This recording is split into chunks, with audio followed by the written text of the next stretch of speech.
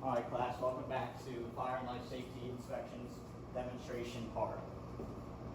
Today, you're going to learn how to demonstrate an inspection based on the life safety equipment of an exit sign and a fire extinguisher. All right, so the objective, like I said, you're going to want to inspect the exit sign. You'll learn that today. Inspect the fire extinguisher.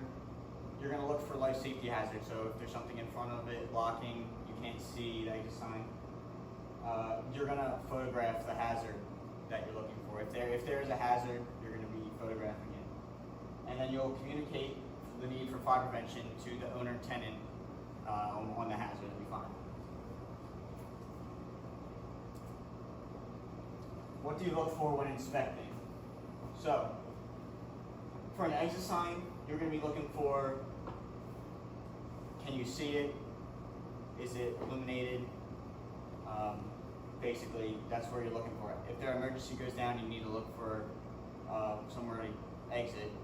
You can't see the sign, it's not going to be helpful at all. If it doesn't look right when you're inspecting it, take a picture of it. Like I said before, the fire prevention part of it, that's when you're talking to an owner and you're communicating why you found the hazard. And does the equipment you're inspecting meet the requirements of the SOP that you are following by? The SOPs we're going to be going off of today are from In Control LLC. The purpose of the SOP is just to describe the requirements for inspecting the piece of equipment you will be inspecting.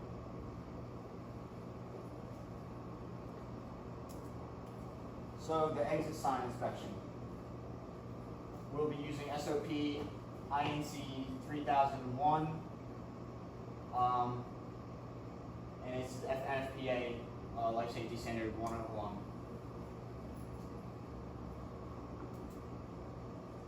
So, depending on how high the exit sign is, you may need a testing pole, because there's the testing switch on the side. You're not going to be able to just reach it, and it can be 20 feet up, and you may need the pole to test it.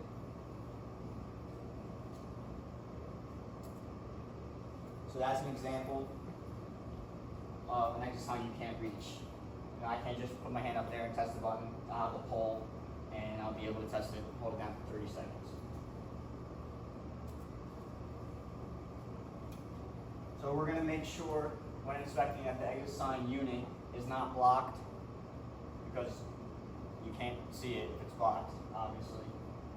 And you want to make sure just the unit is there, because sometimes you pull up to an inspection and it's just not there, and there needs to be one there at all times.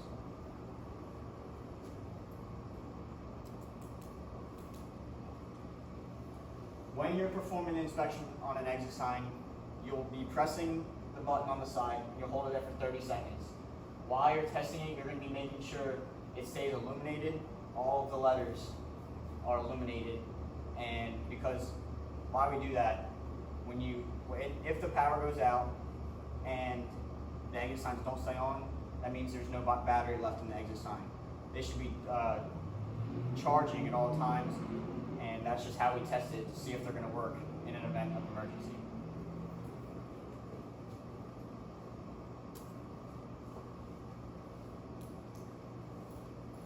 You want to also inspect and see if it's mounted to the wall or where it's hanging from, because it could be falling down.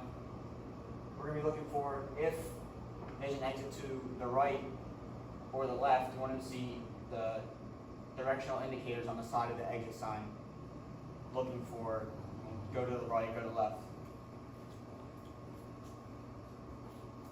On here, this is the exit sign, and there can be one directional indicator going that way and nothing over here. So that means the exit's over here.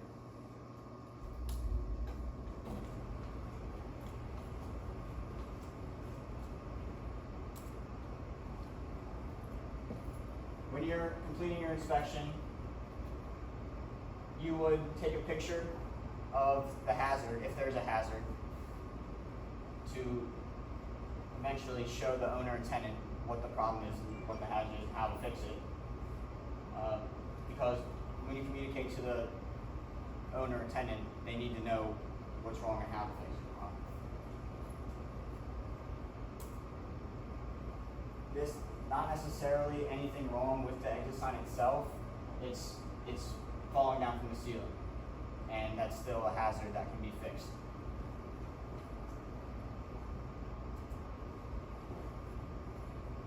Do you guys think that you could tell this is an exit sign, like down a hallway, a dark hallway, if the power's out? No. So that's clearly it's damaged and not illuminated at all. So here's a bad example of exit sign. This is partially lit. It needs to be fully illuminated, all letters. This one is very illuminated and it has directional markers, and that's a good exit sign. Do you have any questions or comments for the exit sign portion? Back to the last slide. I said this is a good example of an exit sign, but if I test it and it goes out, that's bad. But if I hold it in and it stays lit, that's an example of a good exit sign. So the fire extinguisher inspections will be through the same SOPs from the exit sign, they control NFPA standard 10 for portable fire extinguishers.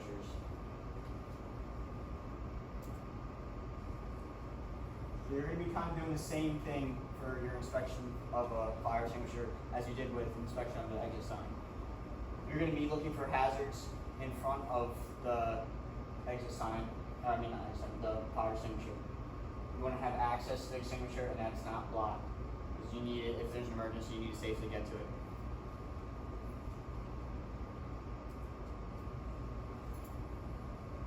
We're going to be checking if there's a hanger there, because it needs to be on a hanger. It can't just be sitting on the floor. Inspect the overall condition of the unit. Are there any dents in the extinguisher itself? Any physical damage to the extinguisher at all? So the glass, the hose can be cracked. We'll get to more. Okay, so that's an example of a good hanging fire extinguisher. You can tell the gauge is not cracked. The hose is not cracked, as you can see from here, and there's nothing, no outstanding damages to the physical condition to the extinguisher.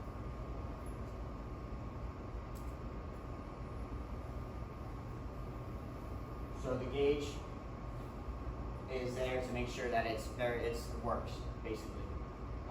We're not going to be charging them. We're just inspecting if they're charged.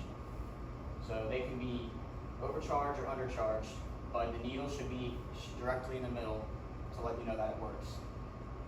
There's going to be a pin or seal that should be sealed so that you can't just spray it. But you want to make sure that the pin or seal hasn't been tampered with, and that'll work. That's how you know it should work if it hasn't been opened up and it's still sealed.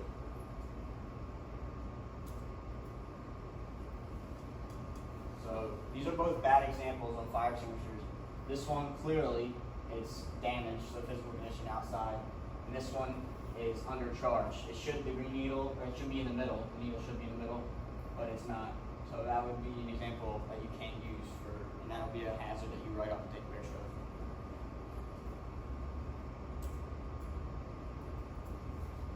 The extinguisher should be tagged also.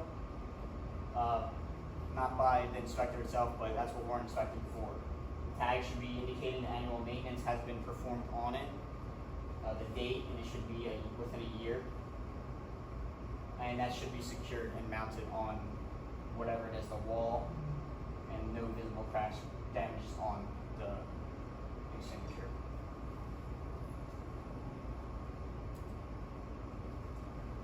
So here's a picture with the tag. The date should be a year. It tells you it's an ABC fire extinguisher, and the needle is in the middle, in the green. Any questions about fire extinguishers or exit signs on how to test them? So this is an example of a wall-mounted exit sign. To each one of these, you're going to need a long test it. So I would take a picture of it and write up that you can't access the test. And then the table would have to get moved? The table would have to get moved, but I'm not going to move that because that's not my job. I'm just inspecting it and telling them, you know, that's what you guys would be doing. Okay. We'll go back here to the other exit sign.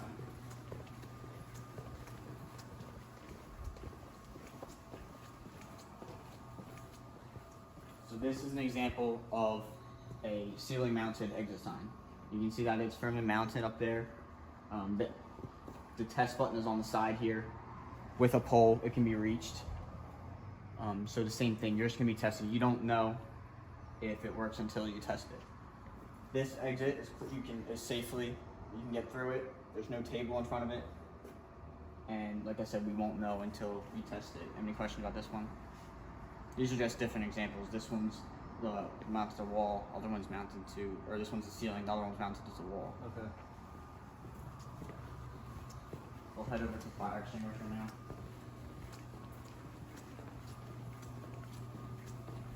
So according to the checklist I have, there should be a fire extinguisher here. Walking up to it, I don't see any fire extinguishers. Do you? No. If I get closer, it turns out there's a fire extinguisher behind this fan here. Alright, so here's this extinguisher. It should be on the hanger. The hanger's there and firm. And we don't know why it's off.